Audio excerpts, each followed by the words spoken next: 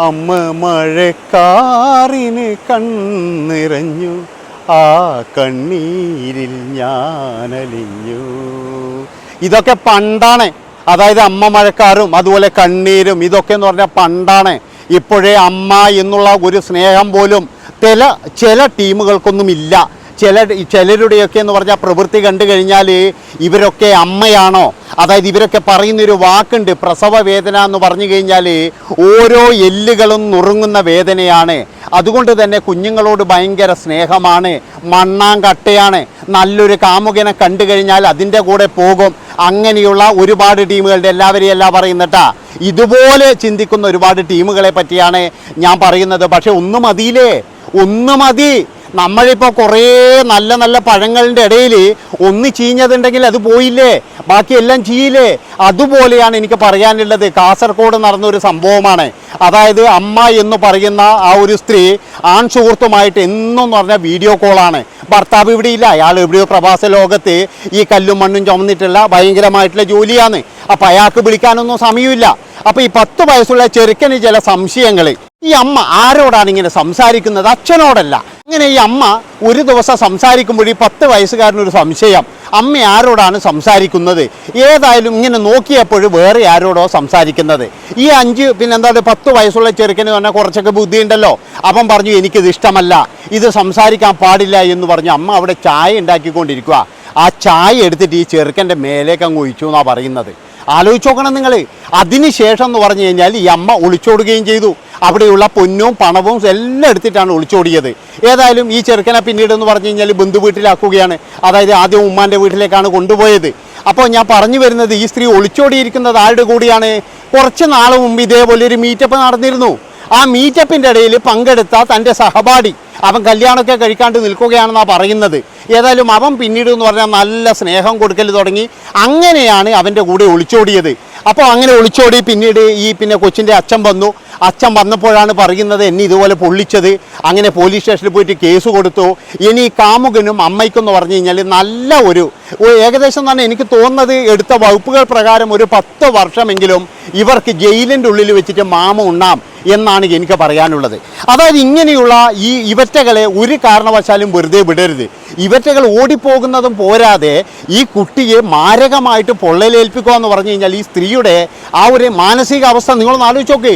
അവരെ ശരിക്കും പറഞ്ഞ ഒരു അമ്മയാണോ? അവരെ ഒരു അമ്മയായിട്ട് കണക്കൂട്ടാൻ കഴിയുമോ? അതുകൊണ്ടാണ് ഞാൻ പറയുന്നത് ഈ അമ്മ മഴക്കാറും കണ്ണീരൊക്കെ പണ്ടാണ്. ഇപ്പോഴേ ചില ടീമുകൾക്കെന്ന് പറഞ്ഞാൽ ഇവർക്കെന്ന് പറഞ്ഞാൽ ഇവരുടെ സുഖം. അതുകൊണ്ട് തന്നെ ഇവർക്ക് വേണ്ടത് കാമുകന്മാർ മാത്രമാണ്. അല്ലാതെ ഇവർക്കെന്ന് പറഞ്ഞാൽ മക്കളോ ഈ ഭർത്താവോ, ഈ ഭക്ഷണം തരുന്നവനാണ് ഭർത്താവ്, എൻ്റെ ഭർത്താവ് എനിക്ക് വേണ്ടിയിട്ടാണ് ജീവിക്കുന്നത്, ഇങ്ങനെയുള്ള മണ്ണാങ്കട്ടകളൊന്നും ഇല്ലാത്ത ഒരു പറ്റം ആൾക്കാർ ഇവിടെ ഇങ്ങനെ വളർന്നു വരുന്നുണ്ട്. ഇപ്പോഴത്തെ ന്യൂ ജനറേഷൻ എന്ന് പറയാമെങ്കിലും ഒരു പക്ഷേ എനിക്ക് തോന്നുന്നു ന്യൂ ജനറേഷൻ മാത്രമല്ല ഓൾഡ് ജനറേഷനും ഇതിൻ്റെ പുറകെ തന്നെയാണ്. ഇപ്പോഴും തിന്നിട്ട് എല്ലിൻ്റെ ഇടയിൽ കയറി എന്നൊക്കെ പറയുന്നില്ലേ? അതായത് വീട്ടിലൊരു ജോലിയും ചെയ്യാതെ ചില ടീമുകൾ ഇങ്ങനെ കുത്തിയിരുന്ന് ഈ ഫോണിൻ്റെ അകത്ത് കളിക്കുന്ന കുറേ ടീമുകളുണ്ട്. ഇവർക്കുള്ള ഇപ്പോഴുള്ള ഒരു സൂക്കേടാണിത്. അതായത് ഇങ്ങനെയുള്ള കുറേ ഗ്രൂപ്പുകൾ ഉണ്ടാക്കുക, അതിൽ കയറിയിട്ട് പഞ്ചാര അടിക്കുക, പിന്നീട് എന്ന് പറഞ്ഞാൽ അതിൽ കയറിയിട്ട് സ്വകാര്യമായിട്ട് പഞ്ചാര അടിക്കുക. ഇവരിത് എത്ര കുടുംബങ്ങളെയാണ് ഇവർ നശിപ്പിച്ചതെന്നറിയോ?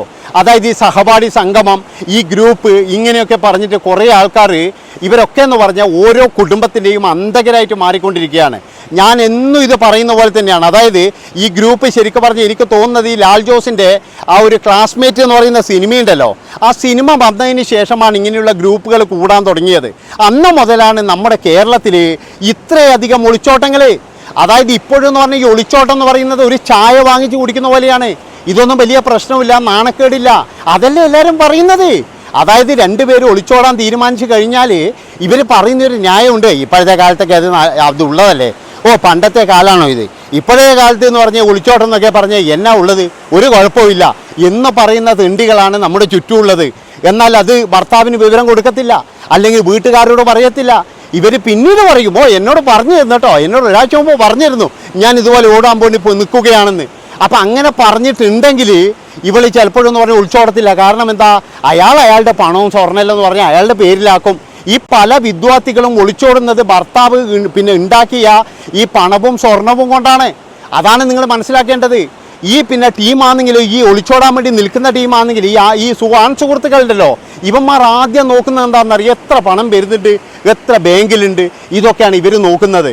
അതുകൊണ്ട് ഇവന്മാർക്ക് എന്താണ്, ഇവന്മാരുടെ ലക്ഷ്യം എന്ന് പറഞ്ഞു കഴിഞ്ഞാൽ കുറച്ച് കാലം ആ ശരീരം, അത് കഴിഞ്ഞാൽ ആ പണം, അത് കഴിഞ്ഞാൽ ഇവരെന്ത് ചെയ്യും, ഇവർ വണ്ടാണ് ശരിക്ക്.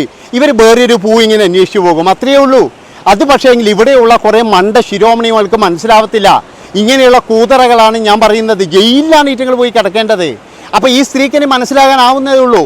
ഈ സ്വന്തം കുഞ്ഞിനെ ഇങ്ങനെ ഇത്രയും ക്രൂരമായിട്ട് പൊള്ളിച്ചു പോയ അവള് ഒരു പക്ഷേ എന്ന് പറഞ്ഞാൽ അവൻ്റെയും അന്തകനാകും എന്നാണ് എനിക്ക് പറയാനുള്ളത്.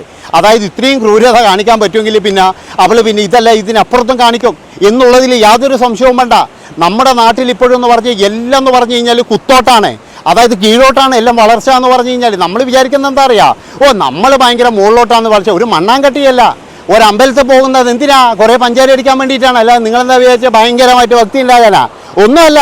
അവിടെ പോയി ഇരുന്ന് കഴിഞ്ഞാൽ നിങ്ങൾക്ക് മനസ്സിലാകും ചില ടീമുകൾ വരുന്നത് എന്തിനാണ്, ചില ആൾക്കാർ അമ്പലത്തിൽ വരുന്നത് എന്തിനാണ്, ചില ആൾക്കാർ പള്ളി പെരുന്നാളിന് വരുന്നത് എന്തിനാണ്, ചില ആൾക്കാർ എന്ത് പരിപാടിയായാലും വരുന്നത് എന്തിനാണ്. ഇതിനൊക്കെ തന്നെയാണ്.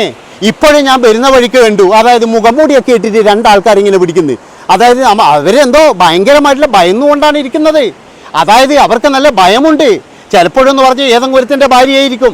ഇതിനിടയ്ക്ക് എൻ്റെ ഒരു സുഹൃത്ത് എന്നോട് പറഞ്ഞത് എന്താണെന്നറിയാം, ആ ഒരു സുഹൃത്ത് ഇവിടെ ദുബായിൽ എവിടെയോ ഒരു ചായക്കടയിൽ എവിടെയോ ജോലി ചെയ്യുന്നതാണ്.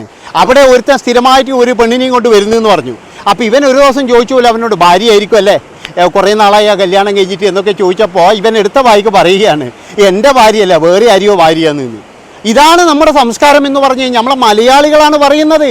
ഈ മലയാളിയായ ഒരു പെണ്ണിനെ മുന്നിലിരുത്തിയിട്ട് അവൻ പറയുകയാണ് ചിരിച്ചുകൊണ്ട് എൻ്റെ ഭാര്യയല്ല വേറെ ആരെയോ ഭാര്യയാണെന്ന്. ആലോചിച്ച് നോക്കണം നിങ്ങൾ, നമ്മൾ എത്രമാത്രം തറകളായി മാറിക്കൊണ്ടിരിക്കുകയാണ്. ഇതാണ് ഞാൻ പറയുന്നത്. നമ്മൾക്ക് ഒരുപാട് പൈസ വരുമ്പോഴേ നമ്മളെ വിവേകവും അതുപോലെ തന്നെ നമ്മളെ ബുദ്ധിയും കാര്യങ്ങളൊക്കെ എന്ന് പറഞ്ഞു കഴിഞ്ഞാൽ പൊക്കോണ്ടിരിക്കുകയാണ്. കുറച്ചൊരു 10 കൊല്ലം കൂടി കഴിഞ്ഞാൽ നമ്മുടെ നാട് എന്ന് പറഞ്ഞാൽ നമ്മളെല്ലാവരും പറയുന്നത് പോലെ തന്നെ വിദേശ സംസ്കാരം വേണം, വിദേശ സംസ്കാരം വേണം എന്ന് പറയുന്നില്ലേ, അതുപോലെ ആകും എന്നുള്ളതിൽ യാതൊരു സംശയവുമില്ല. ഇവിടെ ഇപ്പോഴും എന്ന് പറഞ്ഞു കഴിഞ്ഞാൽ കുടുംബ ബന്ധത്തിനൊന്നും യാതൊരു ബലിയുമില്ല. എല്ലാവരും എന്ന് പറഞ്ഞാൽ ഈ ഫേസ്ബുക്കും അതുപോലെ തന്നെ എന്ന് പറഞ്ഞു കഴിഞ്ഞാൽ എന്താ പറയേണ്ടത്, കുറേ പേജുകളുണ്ട്. അതാണ് നിങ്ങൾ ആലോചിക്കേണ്ടത്. നിങ്ങൾ ഏറ്റവും കൂടുതൽ അപകടപ്പെടുത്തുന്നത് ഈ ചില പേജുകളുണ്ട്. പ്രണയമാണ്, അതുപോലെ തന്നെ കൂടിച്ചേരാത്ത പ്രണയം. അപ്പോൾ ഇങ്ങനെയുള്ള ഗ്രൂപ്പുകൾ നിങ്ങൾ കൃത്യമായിട്ടെന്ന് പറഞ്ഞു കഴിഞ്ഞാൽ ശ്രദ്ധിക്കണം. അത് നിങ്ങളെ ഇതിലേക്ക് ആകർഷിക്കാൻ വേണ്ടിയിട്ടാണ് യുവമാർ കൊണ്ടുവരുന്നത്. അപ്പോൾ നിങ്ങളൊക്കെ ചില ആൾക്കാർ വിചാരിക്കുന്നത് എന്താണെന്നറിയാം, ഈ ഒളിച്ചോട്ടം എന്നെല്ലാം പറഞ്ഞു കഴിഞ്ഞാൽ ഇപ്പോൾ സാധാരണ അതുകൊണ്ട് അങ്ങ് പോകാം ഇങ്ങനെയൊക്കെ വിചാരിക്കുക. അതുകൊണ്ട് എൻ്റെ പൊന്നു മക്കളെ, നിങ്ങൾ ഒളിച്ചോടുന്ന ഒളിച്ചോടിക്കോ. പക്ഷേങ്കിൽ ആരോരും ഇല്ലാതെ ഈ കുഞ്ഞു മക്കളെ എന്തിനാണ് ദ്രോഹിക്കുന്നത്? ഐറ്റിങ്ങൾ എന്തിനാണ് ഇങ്ങനെ ചായയൊക്കെ പരുന്നത്? നിങ്ങളൊന്ന് ആലോചിക്കുക. അവരെത്രമാത്രം വിഷമിച്ചിട്ടുണ്ടാകും. അത് എത്ര ദിവസം കഴിഞ്ഞിട്ടാണ് അതിൻ്റെ അച്ഛനോട് പറയുന്നത് ഇതുപോലെ എന്നെ പൊള്ളിച്ചു എന്ന് പറയുന്നത്. അത് എത്രമാത്രം വേദനയുള്ളതാണ്. അതുകൊണ്ടാണ് ഞാൻ പറയുന്നത്, ഈ കാമുകയും വെറുതെ വിടരുത്. രണ്ടിനെയും ഒരു 10 വർഷമെങ്കിലും ഉള്ളിൽ കിടത്തണം എന്നാണ് എനിക്ക് പറയാനുള്ളത്. അതുകൊണ്ട് ഇത്രയും പറഞ്ഞുകൊണ്ട് ഈ ഒരു വീഡിയോ ഇവിടെ വെച്ച് വൈൻഡപ്പ് ചെയ്യാണ്. ഇതിനിപ്പം നിർത്തി ഇനി നാളെ മുതൽ എല്ലാവരും നന്നാകും എന്നുള്ള ഒരു വിചാരമൊന്നും എനിക്കില്ല. പക്ഷെ ഒരു കാര്യം നിങ്ങൾ ആലോചിക്കുക, ഇത് ആർക്കെങ്കിലും ഉപകാരപ്പെട്ട് കഴിഞ്ഞാൽ അതാണ് എൻ്റെ വിജയം എന്ന് പറയുന്നത്. അതുകൊണ്ട് ഇതൊന്ന് ഷെയർ ചെയ്ത് കൊടുക്കുക. കാരണം നാളെ പോകാനുള്ളത് വേണമെങ്കിൽ അങ്ങ് പോയിക്കോട്ടെ, ആ കുഞ്ഞുങ്ങളാകും അവിടെ ഉപേക്ഷിച്ചിട്ട്. അല്ലാതെ ഇതിറ്റങ്ങളെ പിടിച്ച് കിണറ്റിലോ ഇല്ലെങ്കിൽ കടലിലോ ഇട്ടിട്ട് പോകാതിരുന്നാൽ മതി. നന്ദി, നമസ്കാരം.